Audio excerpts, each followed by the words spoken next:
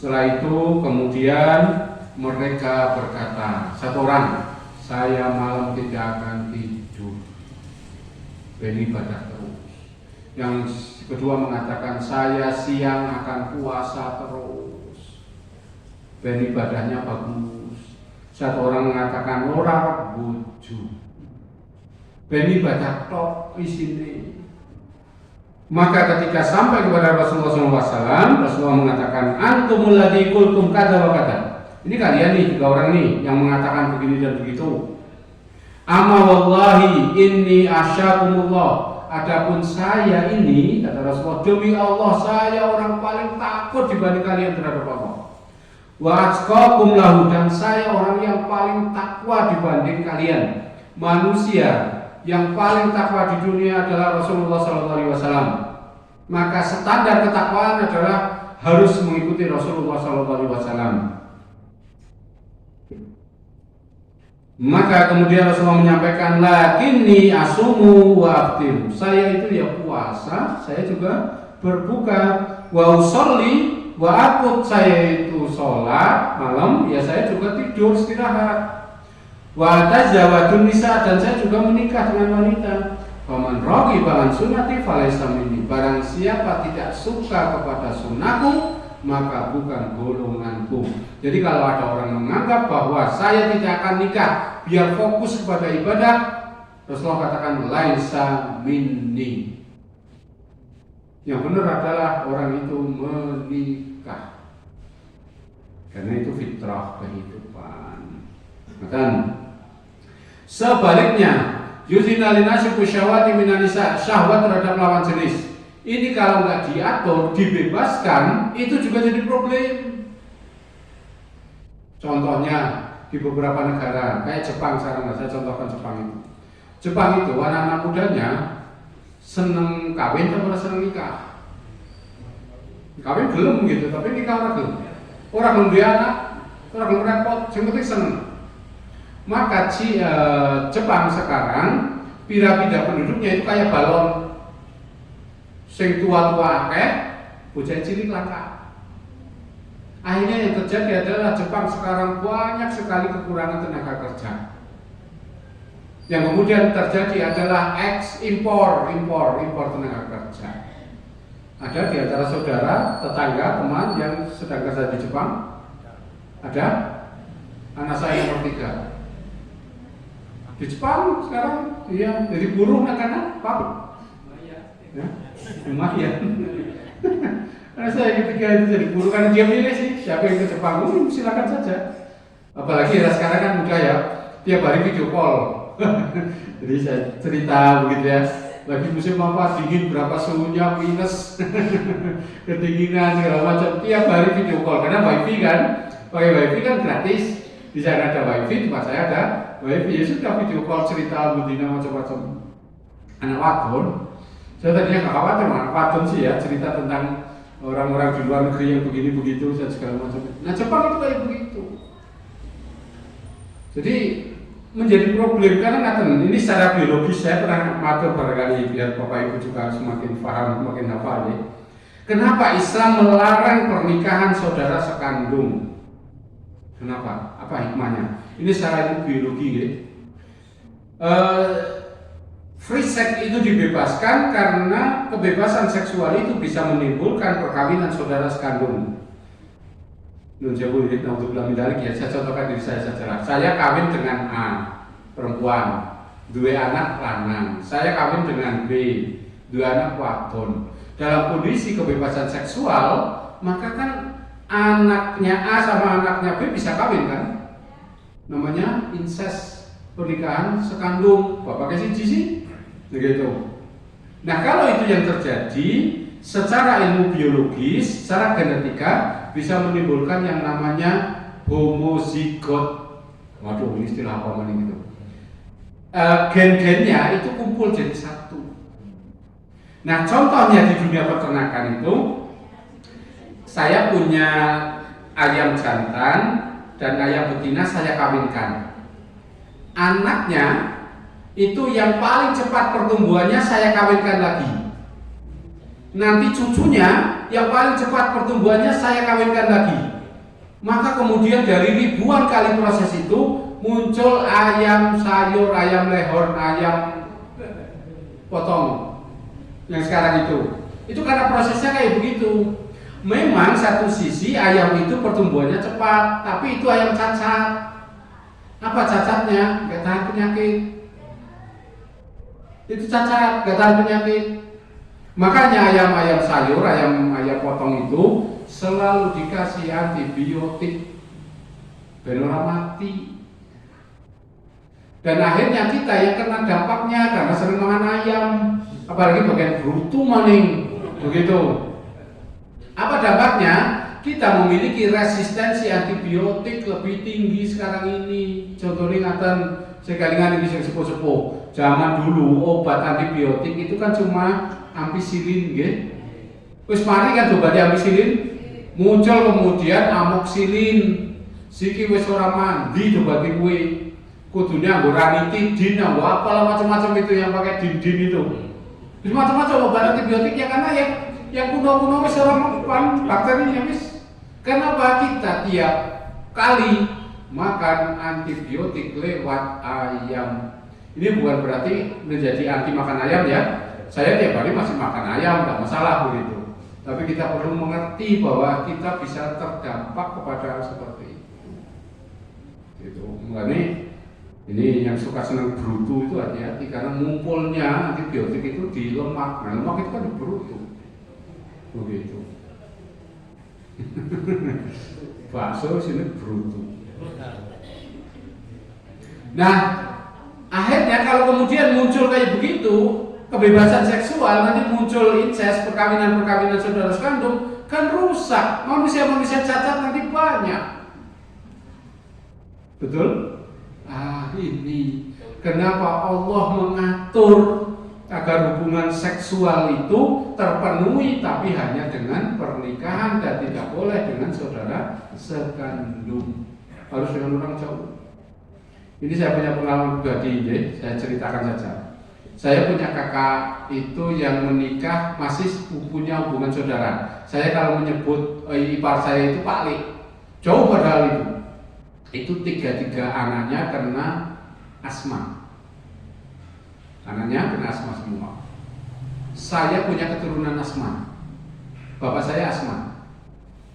Tapi anak-anak saya alhamdulillah enggak. Kenapa? Karena saya menikah dengan orang Klaten yang enggak ada hubungan genetika sama sekali. Lebih aman. Makanya jangan nikah dengan saudara dekat. Bok-bok nanti gen-gen resesifnya ngumpul.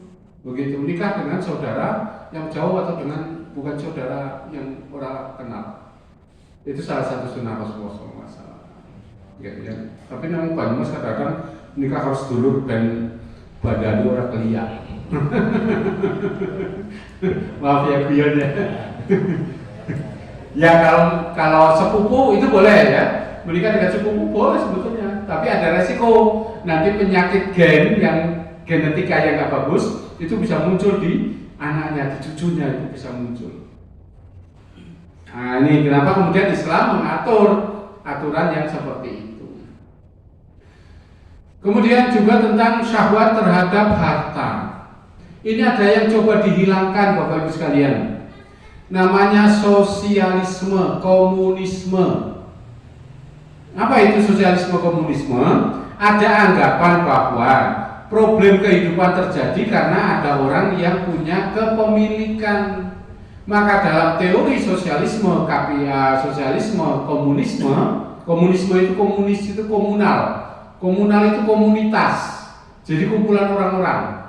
Ya, komunisme itu ideologi yang bermaksud agar orang-orang itu ya kayak begitulah, berkumpul-kumpul begitu. Makanya dalam ideologi sosialisme, komunisme, orang tidak boleh memiliki properti, tidak boleh memiliki kekayaan. Sehingga orang itu bekerja misalkan di ladang, hasilnya untuk negara.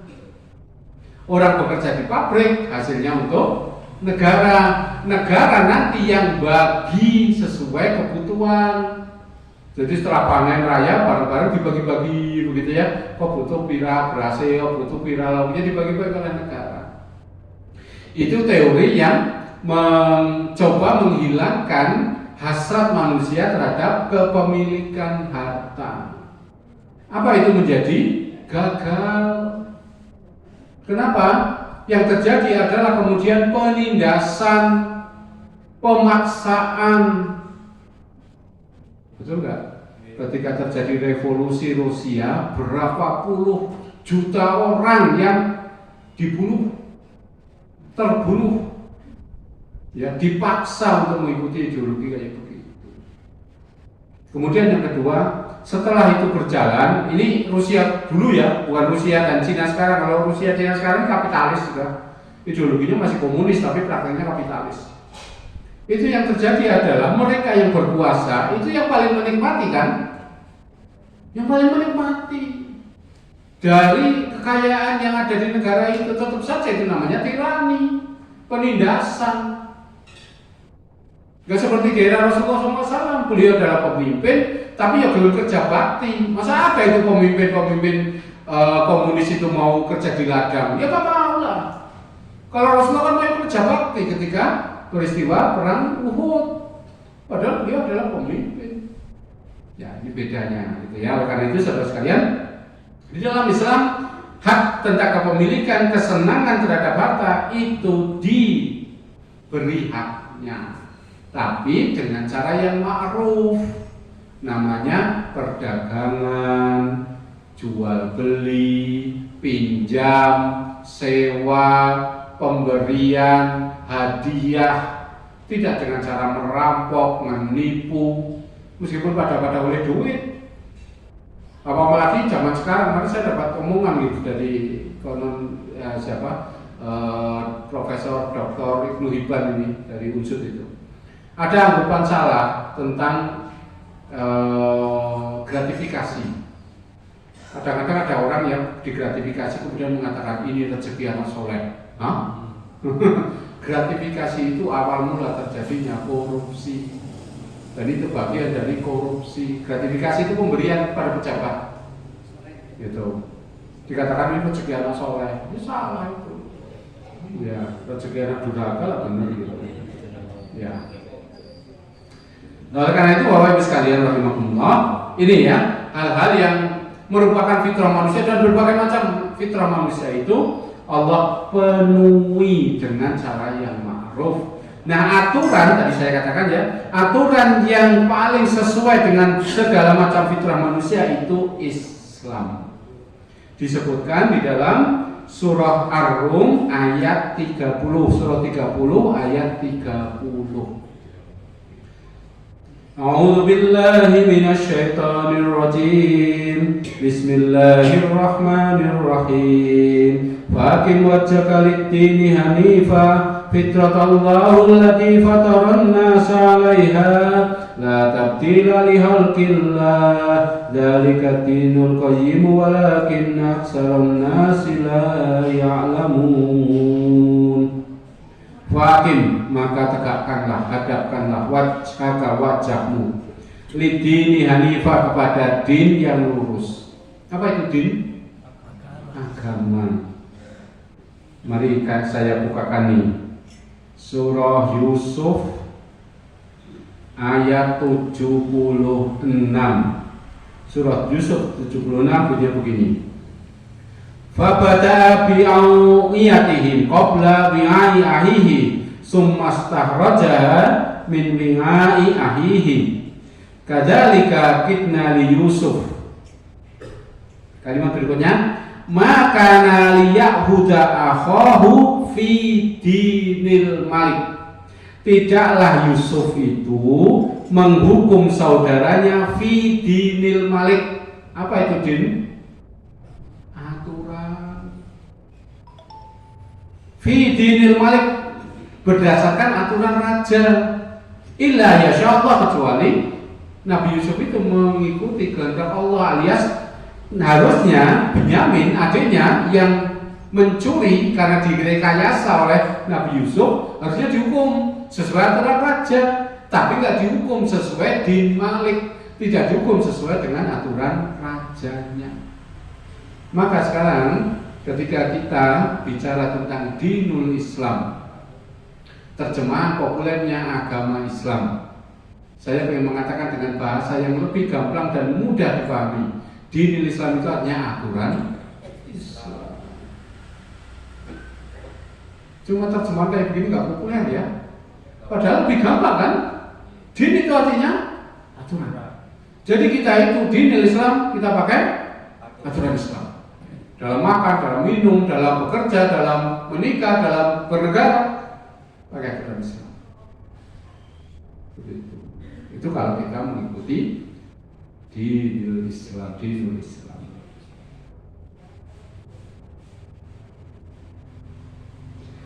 Fakin wajah kali dini hanifan, maka hadapkanlah wajahmu kepada aturan yang lurus, fitrat Allah yang merupakan fitrah Allah. Karena manusia punya fitrah melekat ya, diatur oleh Allah. Allati fatarun nasa 'alaiha, yang sudah menciptakan manusia atas fitrah itu. La tabdila li khalqillah, tidak ada perubahan dalam penciptaan Allah alias fitrah manusia itu gak akan berubah sampai hari kiamat. Begitu. Itu manusia itu karakternya sama.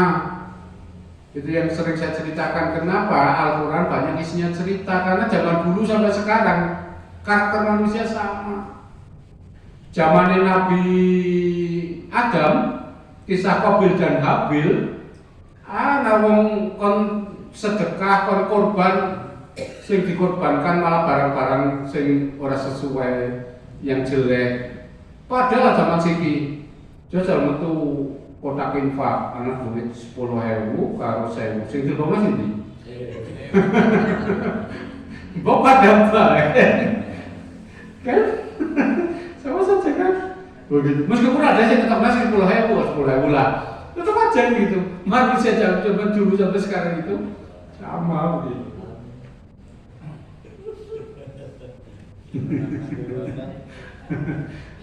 Siapa sih itu kayak gunung? Cumyong ya. Ya. Berarti fatarun nasa alaihi tabdila liwakil dari kadinul qayyim, itu agama yang lurus. Walakin aksarun nasi la ya'lamun. Kalimat terakhir ini menarik. Walakin akan tetapi aksarun nasi, sebagian besar manusia orang paham kayak ini. Persoalannya di sini. Banyak orang yang apa istilahnya, tidak mengetahui ajaran Islam, tidak mengetahui aturan Islam, atau menganggap bahwa aturan Islam itu memberatkan. Aturan Islam itu orang enak. Aturan Islam itu kejam. Aturan Islam itu macam-macam gitu, di framing begitu oleh mereka-mereka yang tidak suka kepada Islam. Gitu. Nah, Bapak Ibu sekalian rahimakumullah, semua aturan Islam, semua aturan yang sesuai dengan fitrah manusia itu sudah tercantum, baik yang sifatnya global maupun sifatnya rinci di dalam Al-Quran. Ada aturan-aturan yang sifatnya global. Innallaha ya'muru bil 'adli wal ihsan wa ita'i dzil qurba wa yanha 'anil fahsya'i wal munkar wal baghi ya'idukum la'allakum tadhakkarun. Innallaha ya'murukum, memerintahkan kamu bil ihsan, untuk berlaku ihsan, berlaku baik. Itu kan kalimat umum ya. Baik gimana? Ya dengan apa saja itu baik. Termasuk menyembelih, itu yang baik. Caranya gimana? Besoknya tajam begitu ya. Dan sebagainya. Menghidangkan makanan, itu yang baik. Begitu. Jangan menghidangkan makanan pakai tangan kiri. Nah itu baik, pada batas begitu ya. Dan sebagainya, semua kebaikan. Itu sifatnya global. Tapi ada perintah-perintah yang rinci. Wala yashor qaumun min qaumin, jangan suka mengolok-olok, jangan suka mengejek, jangan suka menghina dan sebagainya. Semuanya itu ada aturannya di dalam Al-Quran. Nah, semua aturan Al-Quran itu yang Allah ciptakan, Allah buat agar sesuai dengan fitrah manusia, itu Allah buat tidak untuk menyulitkan dan memberatkan manusia. Sekali lagi saya ulang, aturan Allah yang tercantum di dalam Al-Quran semuanya tidak untuk menyulitkan atau memberatkan manusia. Sekali lagi, aturan Allah di dalam Al-Quran tidak untuk menyulitkan dan memberatkan manusia. Allah tegaskan di dalam surah Toha, surah 20 ayat 2 dan 3. Ma anjalna 'alaikal Qur'ana litashqa illa tadhkiratan liman yasha. Ma tidaklah anjalna kami menurunkan 'alaika kepada engkau Al-Quran litashqa untuk memberatkan, menyusahkan, bukan itu. Illa kecuali tadhkiratan sebagai peringatan liman yasha, kepada orang yang takut kepada Allah Subhanahu wa taala. Kalimatnya jelas ya? Ma anjalna 'alaikal Qur'ana litashqa. Al-Quran itu, aturan Allah itu tidak dibuat untuk menyusahkan manusia.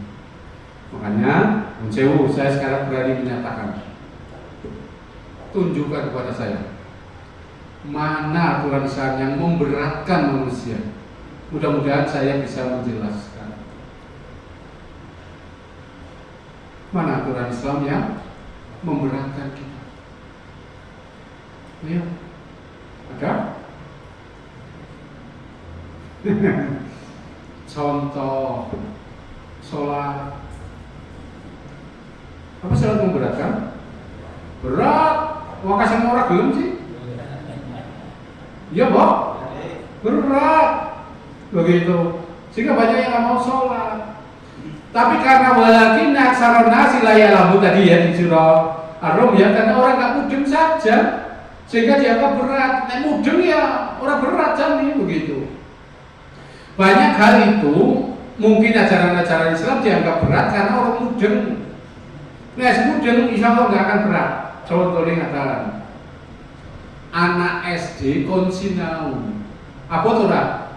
Abot, orang belum bocah SD konsinau, sedang itu orang HP kan, main itu dunia mereka di dunia main, bukan dunia belajar. Tapi sekarang, adakah mahasiswa yang disuruh belajar? Orang anak, karena Pak Wis mudeng, betul? Sama-sama situasinya namanya belajar. Anak kecil karena belum paham, dia menganggap belajar itu berat. Tapi mahasiswa karena sudah paham, milih belajar daripada dolan. Terus kan? Ini situasinya karena Pak paham. Maka dari itu beri komentar. Jadi, sama-sama.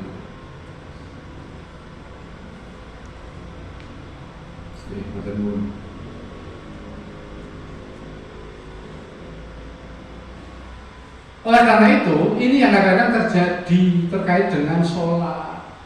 Karena orang paham baik, jadi dianggap apa? Mari kita ambil hikmahnya di Bapak-Ibu sekalian. Sebatas kemampuan saya menyampaikan apa yang saya pahami. Kenapa sih kita disuruh sholat sehari 5 kali? Ben kelingan karo Gusti Allah. Nah, kelingan karo Gusti Allah, kelingan harus ketemu karo Gusti Allah.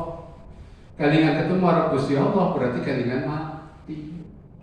Nek wong kelingan mati, uripe terkendali. Terus betul?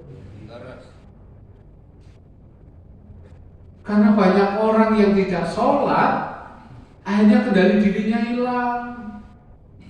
Karena jarang ingat sama Allah. Kita disuruh sholat sehari 5 kali agar kelingan terus karo Gusti Allah, paling ora ping 5. Syukur-syukur lebih daripada itu. Kalau dia kayak begitu, hidupnya ngawur, ngaco, contohnya preman. Mana preman ada jawab? Ada? Ini lagi rame box ini ya. Mana preman ada jawab?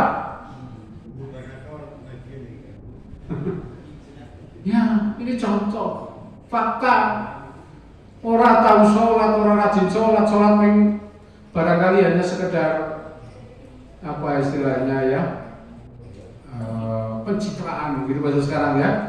Ya, karena memang nggak ingat Allah, hadiahnya nggak ingat Allah, ya BP ngawur, golek duit yang ngawur, menikmati hidup dengan cara yang ngawur, menimbulkan dampak persoalan.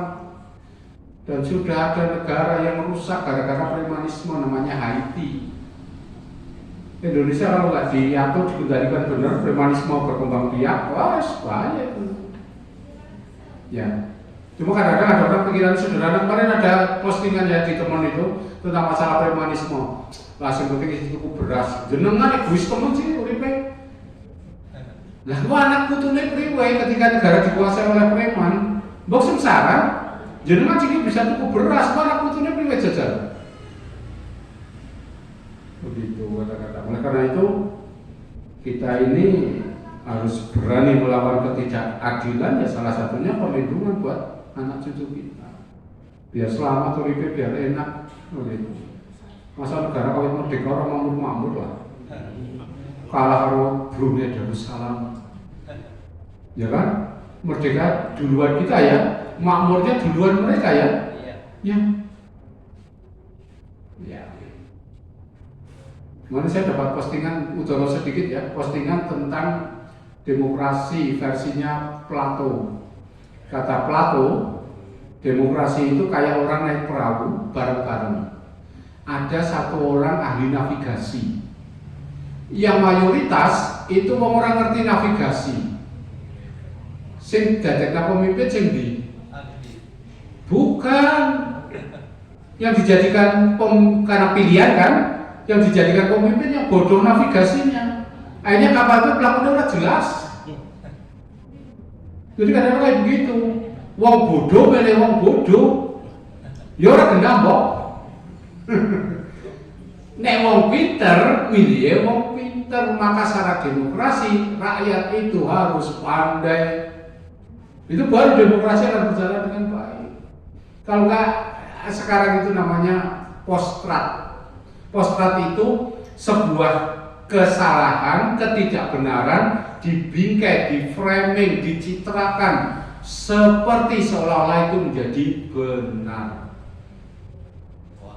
Nah, sehingga sesuatu yang salah jadi benar, yang benar jadi salah. Zaman Siti, bolak-balikin zaman, kata Ronggo Warsito. Betul kan? Ya sekarang ini yang baik jadi buruk, yang buruk jadi baik. Ya Allah, bohong itu jadikan hal yang biasa begitu. Premanisme dijunjung tinggi, pribadi, masya Allah. Pindah baju.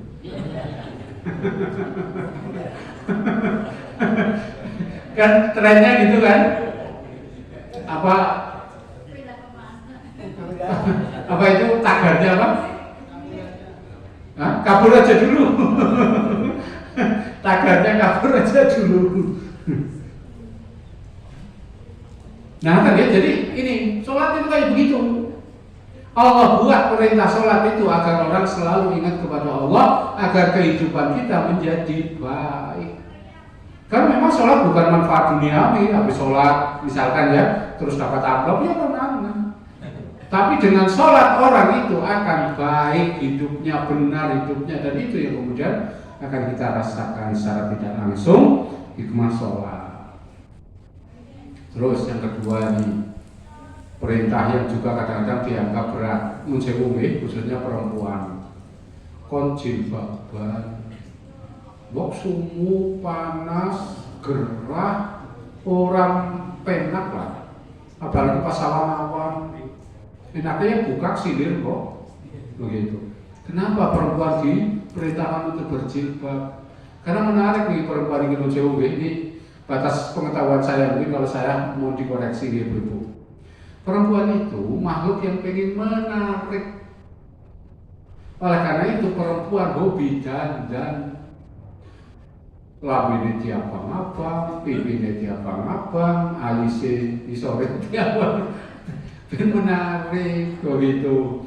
Nah, salah satu bagian yang dianggap bisa menarik orang lain, terutama lawan jenis bagi perempuan, menjauhi tubuhnya. Itu dianggap bagian yang menarik, maka sering pengen ditampilkan, sehingga kalau pakai rok begitu ya, sing dhuwur, ben katon, sehingga tampak cantik, seksi, menarik. Pakai belahan dada, sing isor begitu ya, ben katon menarik. Nuwun sewu kagunganipun payudara dibuat menonjol, nuwun sewu nggih, ben katon menarik. Begitu. Mlakune digawe megat. Ben katon menarik. Begitu. Ini tabiat perempuan memang fitrahnya kayak begitu, pengen menarik. Nah, pada saat yang sama wanita itu juga punya fitrah proteksi, perlindungan diri. Makanya perempuan itu gak suka kalau lihat laki-laki memandang perempuan dengan pandangan yang dalam tanda kutip itu risih wong wadon dalam wong lanang dengan pandangan yang seperti itu. Coba mawon begitu ya. Dalam wong wadon tapi ora kedep suwi banget itu. Mesti selingusan isin ora penak rasanya. Ini menarik ya. Perempuan itu satu sisi pengen menarik laki-laki, tapi satu sisi punya proteksi. Sehingga kadang-kadang mencoba guyon iki Bu. Bapak Ibu sekalian guyon iki, tapi rada sarut ya gitu. Zaman biyen, zaman kula masih mahasiswa nang angkot, ngarepe nyong ana wong wadon. Zaman biyen kan wong nganggo jilbab kan jarang nggih. Enggak ada malah begitu. Dilarang nganggo rok sepan. Kan kakon nang ngarepe nyong pas angkot lho Pak. Mbok tak delem. Masalahnya itu Pak, saya berharap dia berkata. Tapi yang terjadi kan malah ditutupi. Betul? Aneh kan? Lalu dibuka sekalian. Enggak ditutupi itu. Jadi ini menarik. Bagi saya itu menarik gitu. Oleh karena itu Allah kemudian menciptakan konsep pakaian yang melindungi perempuan sehingga perempuan pakai jilbab rasa nyaman, rasa aman, rasa terlindungi itu ada. Gimana Bu? Terus pada saat yang sama dia masih dengan pakaian itu bisa kudunge digawe model mengkene, begitu ya. Lengan digawe model mengkene, mengkono sehingga dia tetap tampak cantik meskipun dengan pakaian yang menutup aurat itu. Ada sosial eksperimen ya, apa istilahnya eksperimen sosial gitu di negara-negara Eropa. Sekelompok wanita yang pakai jilbab itu mendatangi atau ketemu dengan perempuan yang pakaiannya ya kayak begitulah orang Eropa ya, lekton, kayak keton, begitu ya, pakai celana sing pendek begitu, pokoknya orang-orang kayak gitu. Didandani, mau nggak kamu saya dandani gitu? Dengan jilbab, dengan muken dengan kerudung, dengan make up, dengan macam-macam. Setelah itu ditunjukin sama dia, kamu milih yang mana? Oh, perempuan itu surprise sampai keluar air matanya, senang betul dia melihat dirinya dengan pakaian yang menutup aurat itu, masih tetap cantik, bahkan lebih cantik dibanding ketika dia pakai pakaian yang terbuka itu. Ini. Oleh karena itu Allah Subhanahu wa taala tegaskan, "Ma anzalna 'alaika Qur'ana litasqa." Semua aturan Islam itu baik benar untuk kebaikan dan kemaslahatan manusia. Nah, kemudian yang berikutnya Bapak Ibu sekalian rahimakumullah. Oleh karena itu kehidupan di dunia ini adalah kehidupan yang kita bisa berjalan dengan segala macam aktivitas kita sebagai manusia. Pada saat yang sama kita bisa menikmati dan menjadikan itu sebagai ladang amal soleh. Ini konsep Islam yang saya pahami. Di dalam surah Al-Qasas surah 28 ayat 77. A'udzu billahi minasy syaithanir rajim. Bismillahirrahmanirrahim. Fabtaghi fima ataqallahu daral akhirah wa la tansa nasibaka minad dunya wa ahsin kama ahsanallahu ilaik wa la tabghil fasada fil ardh. Innallaha la yuhibbul mufsidin.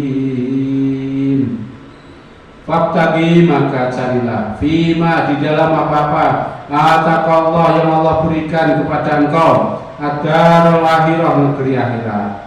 Wala tansa dan jangan kamu lupakan nasibmu minat dunia dari kehidupan dunia. Wa asin dan berbuat baiklah kama asanallahu ilaik sebagaimana Allah berbuat baik kepada engkau. Wala tabghil fasada fil ard jangan membuat kerusakan di bumi.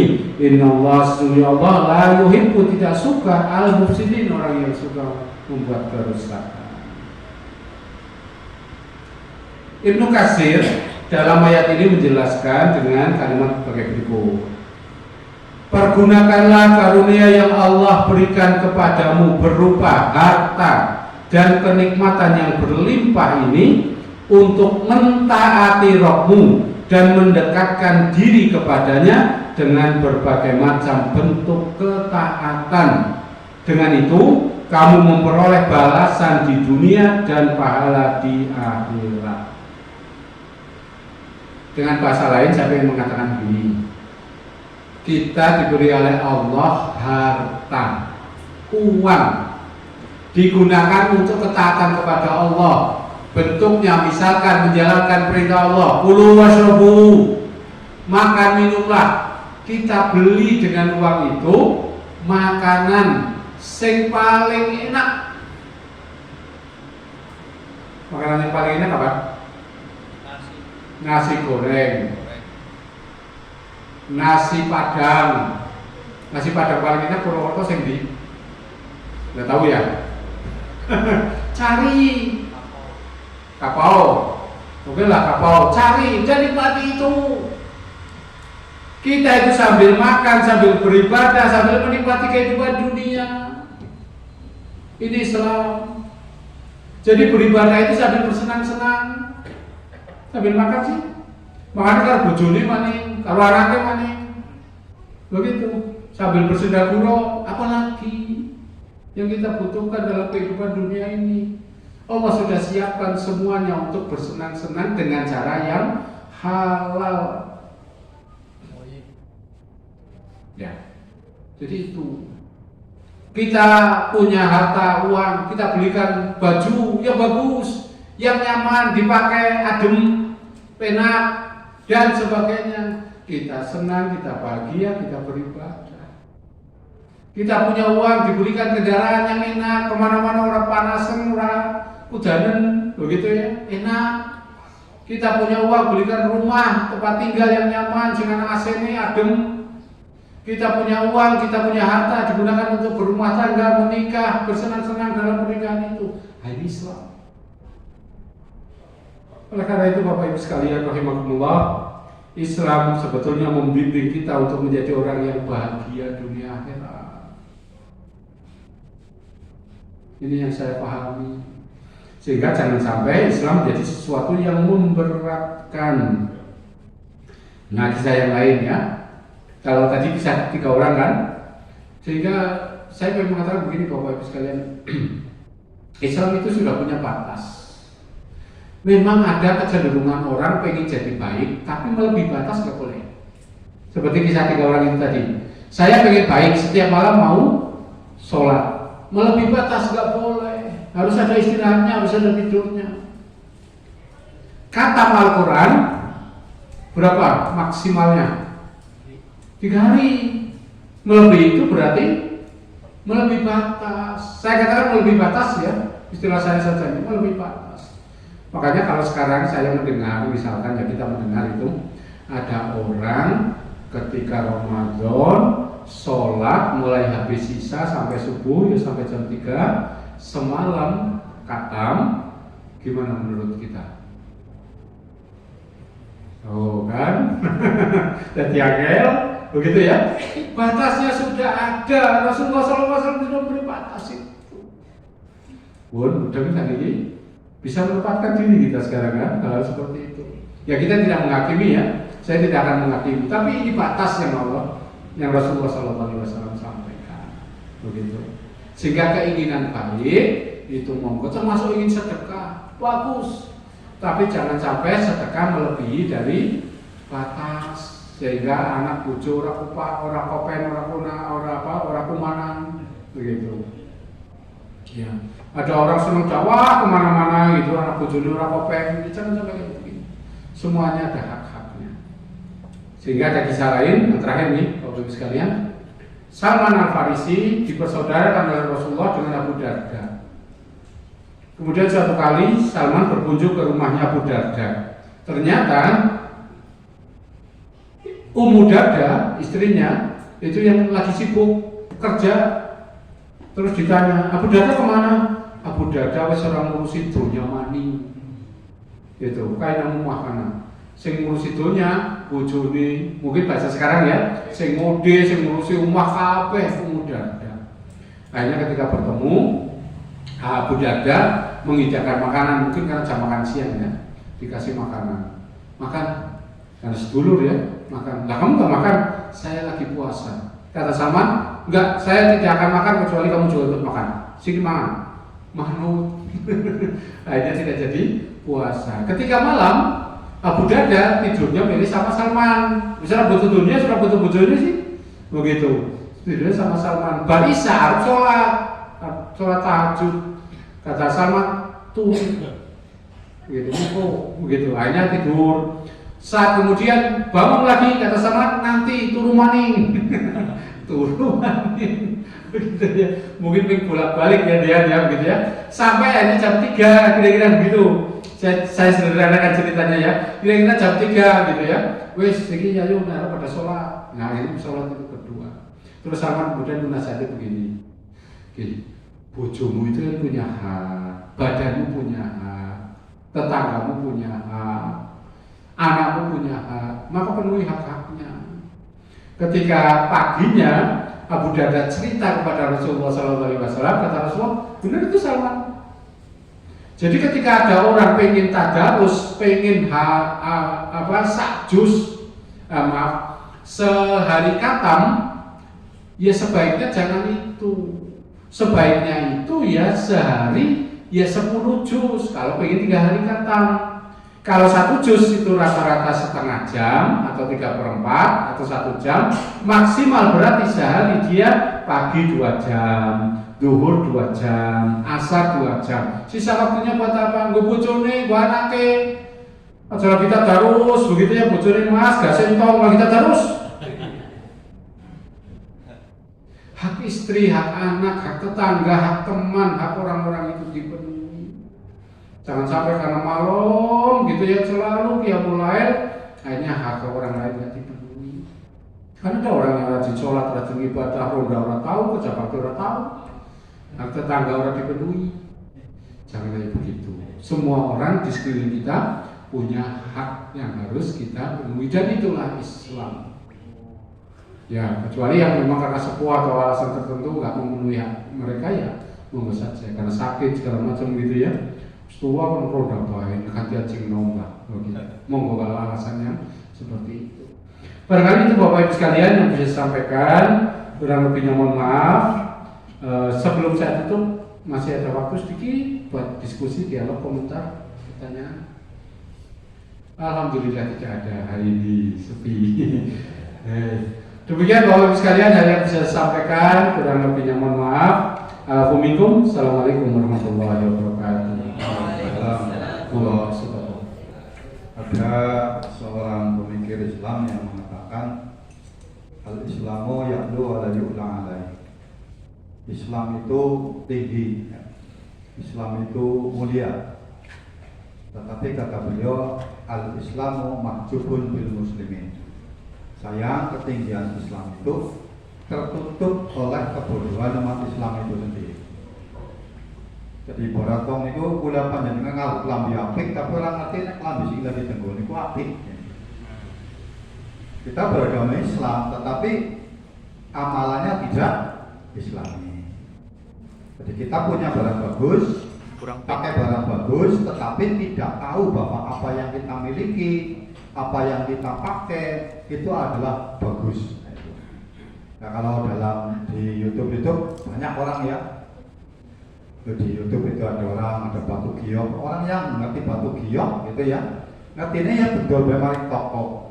Ketika tokonya jujur, ini batu biong mahal, kaget, ya. Dia punya barang mahal, tapi tidak tahu bahwa itu barang itu mahal.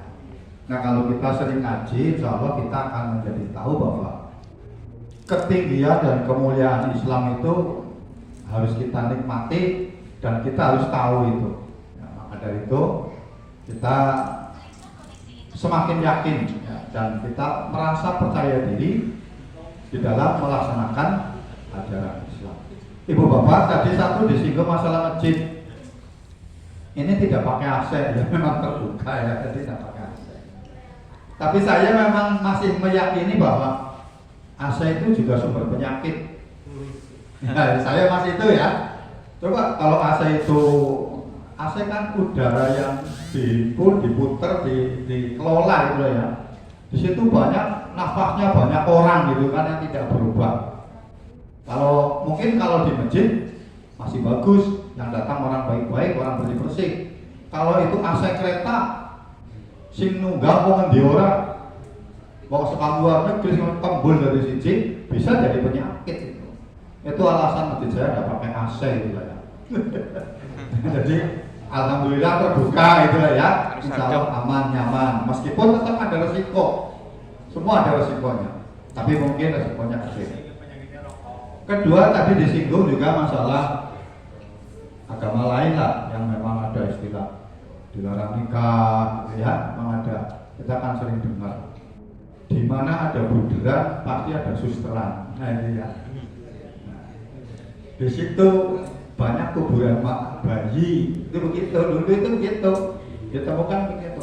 Di mana ada buderan pasti di situ ada susteran. Dan di situ banyak kuburan bayi.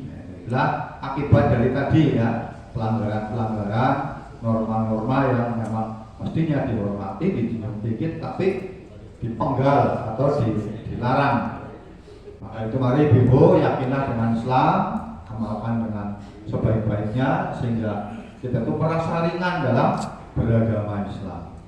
Dan tolong pengajian ini dikabar-kabarikan kepada yang lain ya, supaya tambah semarak. Insya Allah ya, kita mengundang para dai, para mubalik yang insya Allah itu memang mengkaji dengan pikiran, di samping dengan ketakwaan kepada Allah, sehingga insya Allah apa yang disampaikan akan membawa kita kepada persoalan-persoalan yang rumit menjadi benar, yang rumit menjadi enak, menjadi mudah, dan kita selalu akan dibawa kepada hal-hal yang baik, yang sesuai dengan ketentuan Quran dan Sunnah.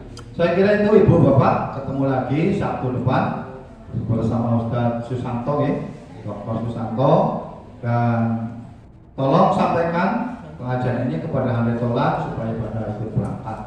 Karena kalau panjenengan bawa teman satu tambah pahala, teman dua tambah lagi dan seterusnya. Dan lebih banyak lagi pahalanya insya Allah saya itu ya, beroli gitu ya, kan begitu ya. Ya karena semuanya harus ikhlas. Kalau ikhlas, gotong royong, ya dibagi-bagi semuanya nanti. Akan saling tolong menolong bukan di dunia saja, tetapi nanti di akhirat. Jadi kan lebih surga, yang orang keton goleti. Kaki toposnya yang dikai dengan keton gitu ya. Dicelup gitu kan, saya juga begitu lah. Secok haji, menggolku tengok ketonnya sama ngomong pereng apa ngomong dia kan begitu. Ya, bagus apa kami di wong Pandak dia nanti dikasih kaki-kaki sok haji gambar keton gitu kan. Dipanggil bersama-sama. Saya kira itu Ibu Bapak, semoga bermanfaat. Mari kita akhiri dengan alhamdulillah bersama-sama. Alhamdulillahirabbil alamin. Assalamualaikum warahmatullahi wabarakatuh. Waalaikumsalam warahmatullahi wabarakatuh. TikTok di sini nggak stasiun ikut dia ini video direkam. Iya kebetulan kotanya habis. Angel minatnya. Sehat.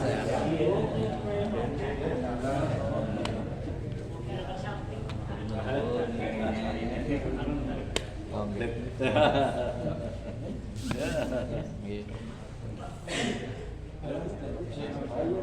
Oh.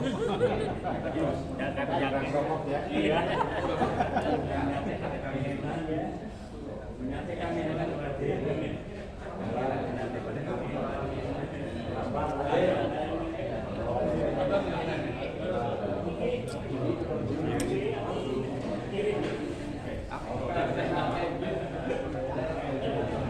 Biar ketemu ya.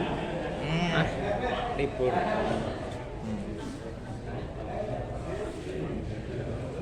Akhirnya, anu cuma kan?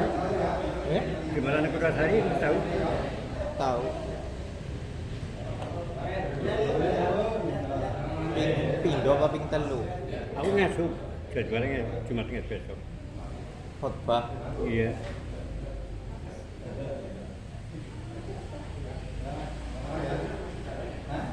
Kadang nang Pabuaran ki barang. Pabuaran masjid. Anjero orang masjid pinggir jero. Oh, nggih nggih. Estengetan.